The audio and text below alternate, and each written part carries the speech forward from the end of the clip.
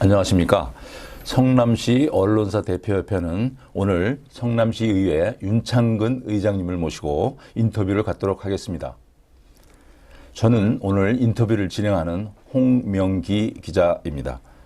의장님, 안녕하십니까? 네, 반갑습니다. 첫 번째 질문 드리겠습니다. 네. 풀뿌리 민주주의의회 개원 30주년 기념을 축하드리겠습니다.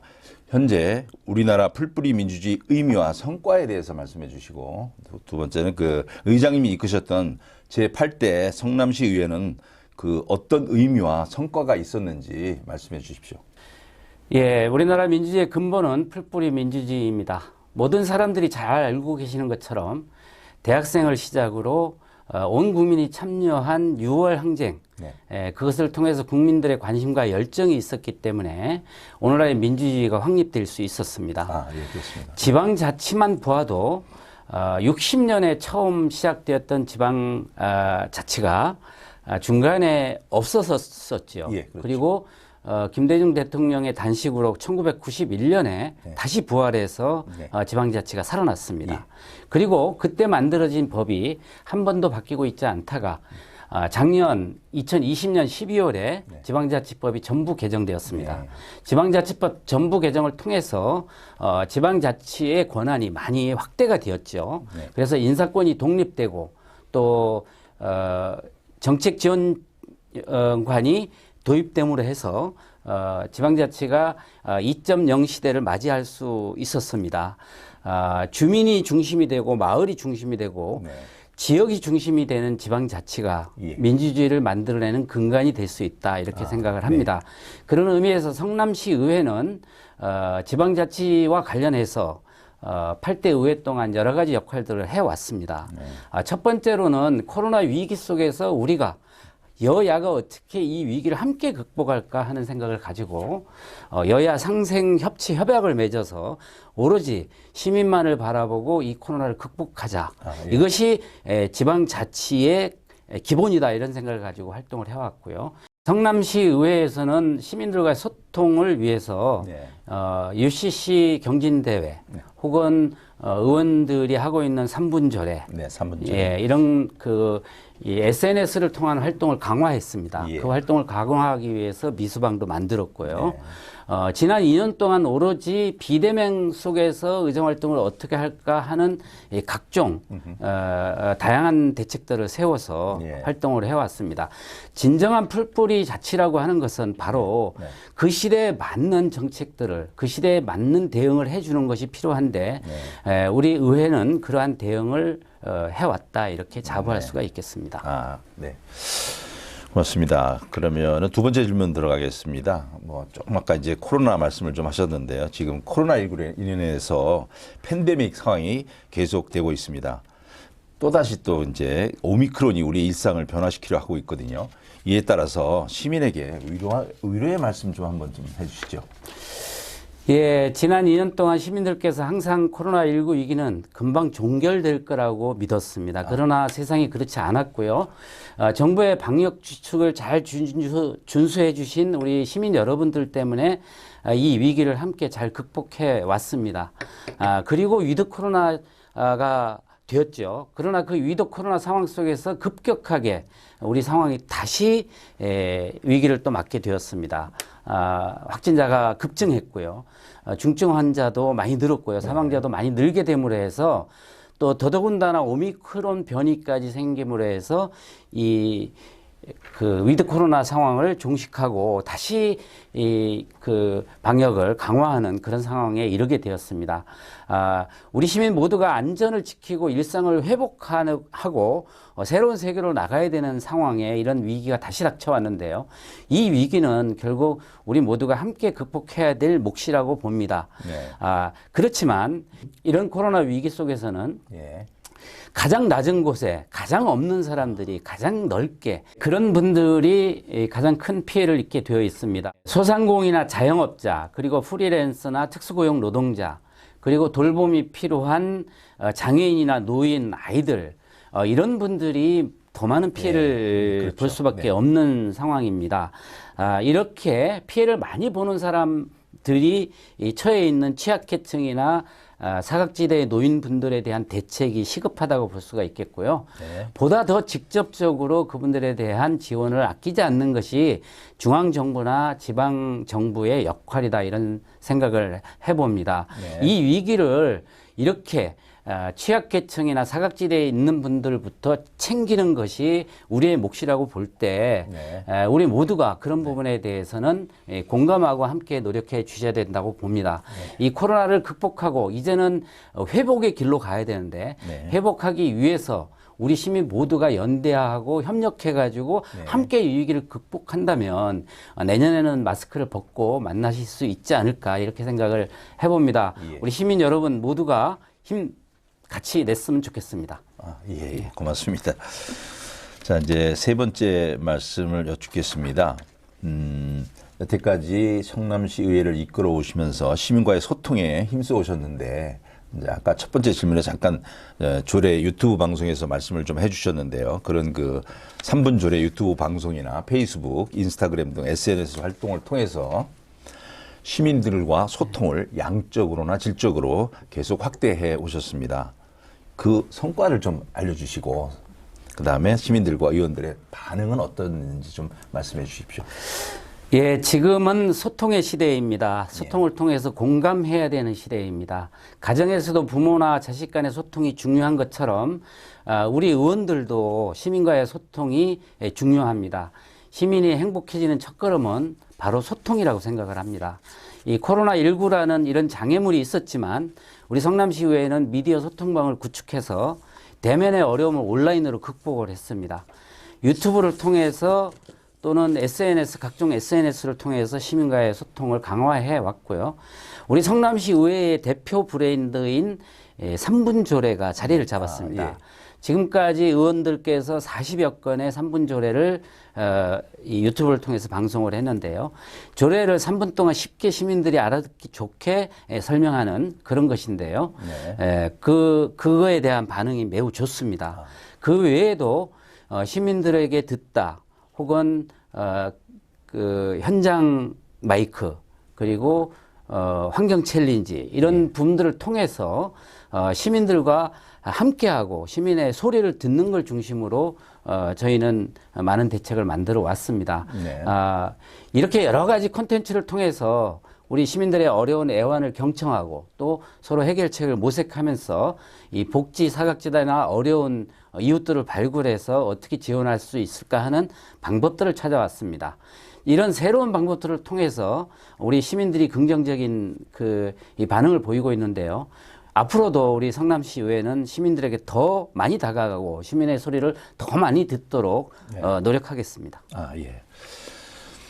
얼마 전 그 5개의 기초의회 의장님들이 모여서 또 그 의장님들을 대표해서 예. 노후화된 그 일기 신도시 근본적인 대책을 마련을 위해 가지고 기자회견을 하셨는데요. 그에 따른 입장을 좀 말씀해 주시죠. 예. 성남, 고양, 부천, 안양, 군포가 함께 모였습니다. 네. 이 5개 도시는 공통점이 있습니다. 네. 예, 1990년 초에 정부가 주도해서 1기 신도시를 만든 도시입니다. 예. 어느덧 30년이 되었습니다.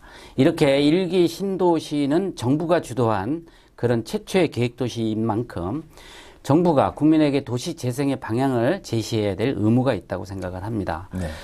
지자체와 기초의회가 지역 주민의 안전한 주거 공간 조성을 위해서 각종 지원 대책을 마련할 수는 있습니다. 그러나 도시 전체의 계획을 추진하는 데는 분명히 한계가 있습니다. 그렇기 때문에 1기 신도시 지역 주민들을 위해서 도시 전반의 기능 향상을 고려한 그런 도시 재생을 계획하고 추진하는 것은 정부의 역할이라고 생각을 합니다. 네, 그렇습니다. 정부가 만들었기 때문에 네. 정부가 역할을 해줘야 된다는 게 저희의 입장입니다. 예, 그렇습니다. 1기 신도시의 노후화 문제는 결코 1기 신도시만의 문제가 아닙니다.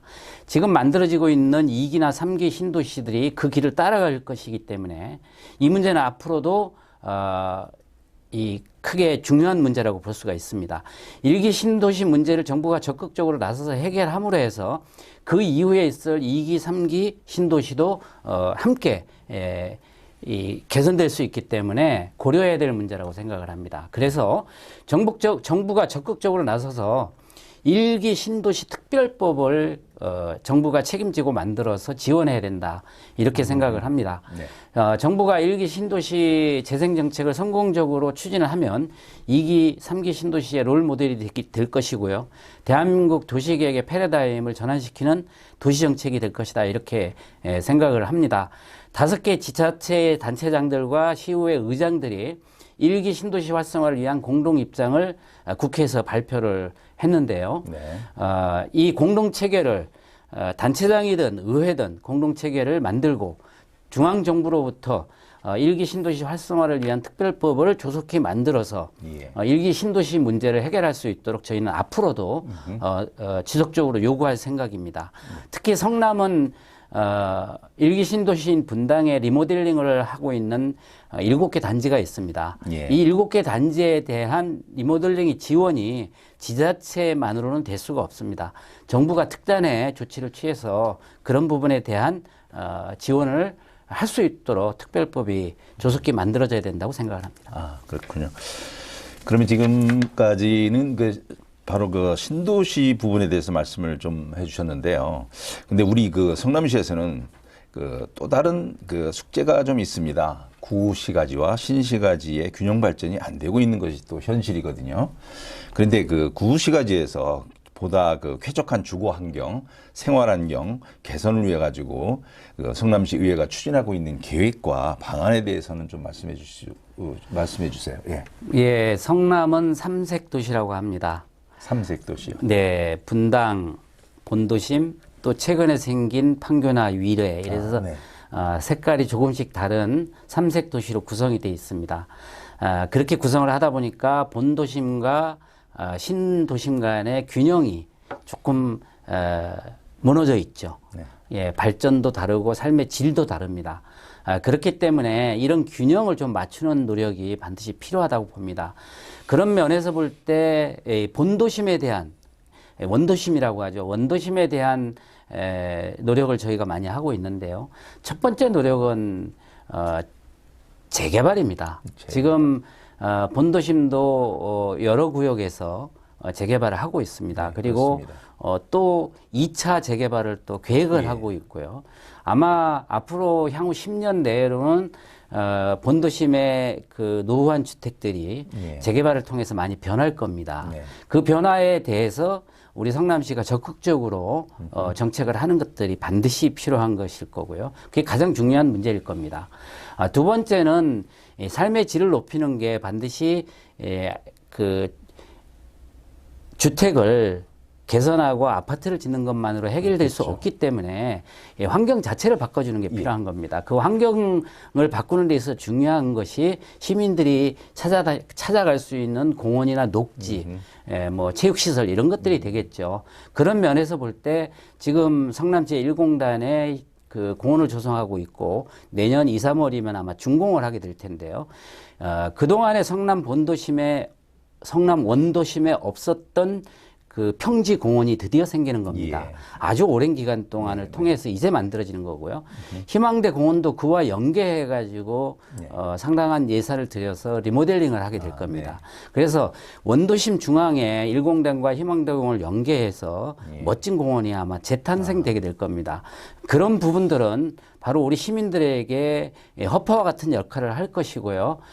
또한 그곳에 들어서는 박물관이나 이런 것들을 통해서 시민들의 문화 생활이 향유될 수 있도록 향상될 수 있도록 이렇게 바뀔 겁니다. 네. 그런 변화가 곧 균형 발전에 도움이 될 것이라고 봅니다. 그리고 세 번째는 상대원 공단인데요. 상대원 공단은 우리 성남이 태동할 때부터 우리 성남 시민들의 애왕이 서려 있던 곳이고 우리 성남 시민들의 먹거리였던 곳입니다. 그렇습니다. 그러나 지금 상대원 공단이 많이 낙후되고 있지 않습니까? 그래서 상대원 공단에 대한 활성화 많이 필요하다고 봅니다.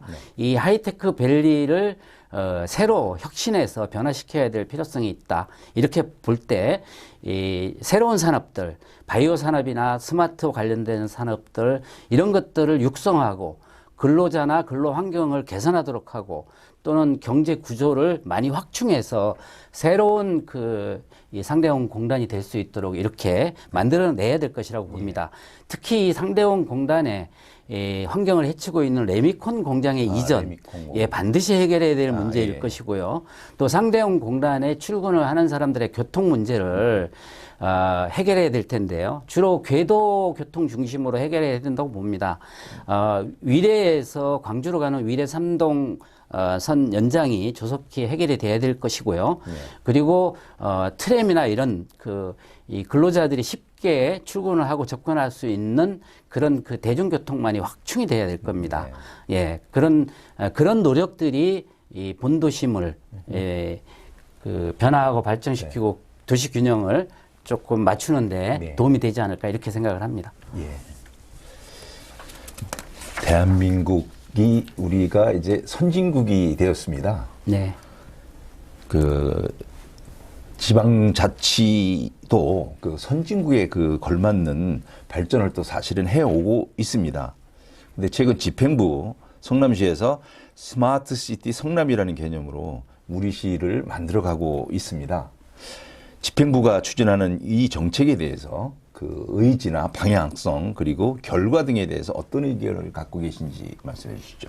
네, 성남은 우리나라 최고의 IT 도시이기도 하고요. 아시아 실리콘밸리를 지향하고 있는 도시입니다.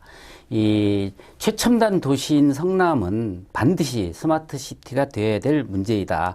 이것은 선택이 아니라 도시 경쟁력에 필요한 필수적인 문제이다. 이렇게 생각을 합니다. 디지털 트랜스포메이션의 시대라고 하지 않습니까? 디지털 트랜스포메이션, 즉 디지털 전환이 단행되지 않는다면 도시의 경쟁력은 쇠퇴할 수밖에 없습니다. 그런 의미에서 우리 성남시가 추진하고 있는 정책 방향이 매우 옳다고 생각합니다. 스마트 시티로 가려고 하는 우리의 노력 반드시 필요하다고 봅니다. 스마트 시티 조성을 위해서 우선은 효율적인 에너지 소비로 지속 가능한 도시, 미래 세대에게 이 지속 가능한 도시를 어떻게 물려줄지 고민해야 될 것이고요. 시민들의 참여를 최대한 유도해서 도시 전체를 스마트하게 디자인하는 것이 필요할 것입니다. 네. 그렇게 하기 위한 여러 가지 과제들이 있겠죠. 그런 과제들을 우리가 연구하기 위해서 성남시 의회에서는 지난해 정책연구회를 만들어서 정책연구회. 네, 성남 스마트 도시 4차 산업 정책연구회를 만들어서 노력해 왔습니다. 인공지능 서비스나 빅데이터 기반 그리고 스마트 도시 구축을 위한 각종 이 컨텐츠들을 연구하고 조사해서 어떻게 정책에 적용하고 반영시킬까 하는 노력을 해왔습니다.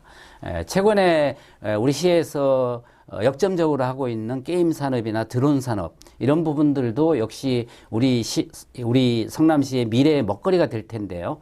이런 부분에 대해서 의회 차원에서도 최선을 다해서 노력할 생각입니다. 그렇습니까? 이제 회장님 개인적인 계획에 대해서 좀 여쭤보겠습니다.